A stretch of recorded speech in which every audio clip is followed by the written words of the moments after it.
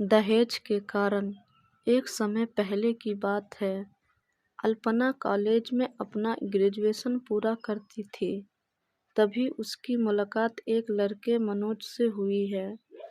मनोज भी बहुत स्मार्ट और माता पिता का आज्ञाकारी बेटा था। दोनों एक दूसरे को पसंद करने लगे थे। दोनों का ग्रेजुएशन पूरा होते ही मनोज अपने शहर में जॉब करने लगा था और लड़की भी एक अच्छी जॉब कर रही थी। दोनों ने निर्णय लिया कि अब माता पिता से शादी की बात करने का वक्त आ गया है। लेकिन परेशानी यह है कि दोनों की कास्ट अलग अलग है।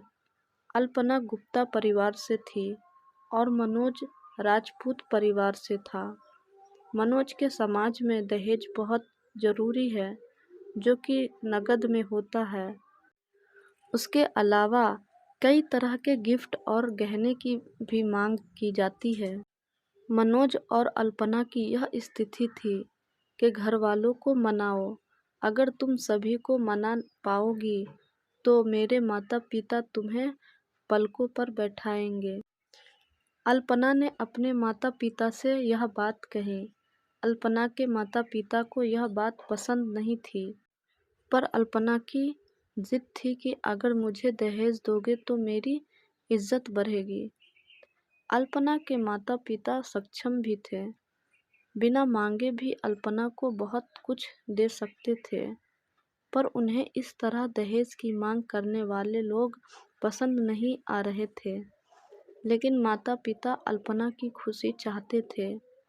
उन्हें यह डर था कि कहीं उनकी बेटी ये ना सोचे कि वे अपनी बेटी को कुछ देना नहीं चाहते, इसलिए उन्होंने सभी शर्तें मानी।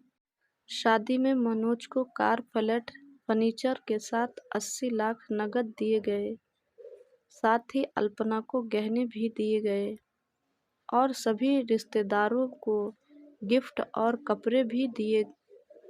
शादी बहुत धूमधाम से की गई, कोई कमी नहीं छोड़ी गई।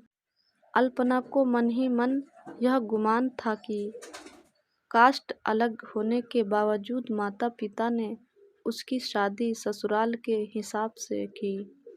अल्पना को विश्वास था कि उसे बेटी बनाकर रखा जाएगा, उसे वही प्यार दिया जाएगा जो उसके माता पिता ने दिया, क्योंकि उसने अपने ससुराल का मान रखा है।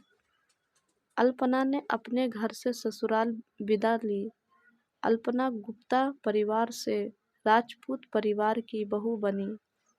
ससुराल में बहुत ज़्यादा पर्दा का रिवाज था। उस घर में बहू को किसी से पहले खाने की इजाज़त नहीं थी। कितनी भी भूख क्यों न हो, घर की बहू सबके खाने के बाद ही खाएगी। यहाँ तक कि उसे घर के पुरुषों के सामने बैठने तक की इजाज़त नहीं थी। अल्पना ने इस बात पर एतराज़ दिखाया, उसकी किसी ने ना सुनी।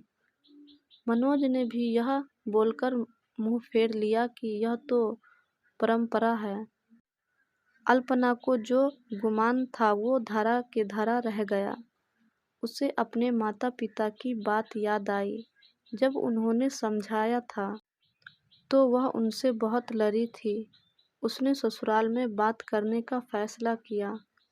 अल्पना ने अपने सास ससुर और पति से बात की, लेकिन उन्होंने नहीं सुनी और उसे बहुत बेरहमी से पीटा गया। अल्पना ने कभी ऐसा व्यवहार नहीं देखा था। उसे जिस लाए हुए दहेज पर घमंड था, वह चूर चूर हो गया था।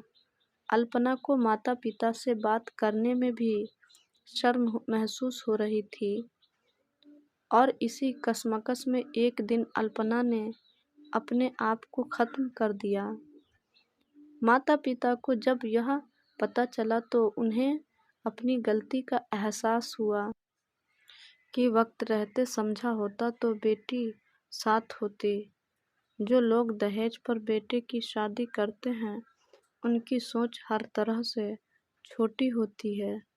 जो बेटे को नीलाम कर सकते हैं, वो किसी और की बेटी को कैसे अपनी बेटी बना सकते थे।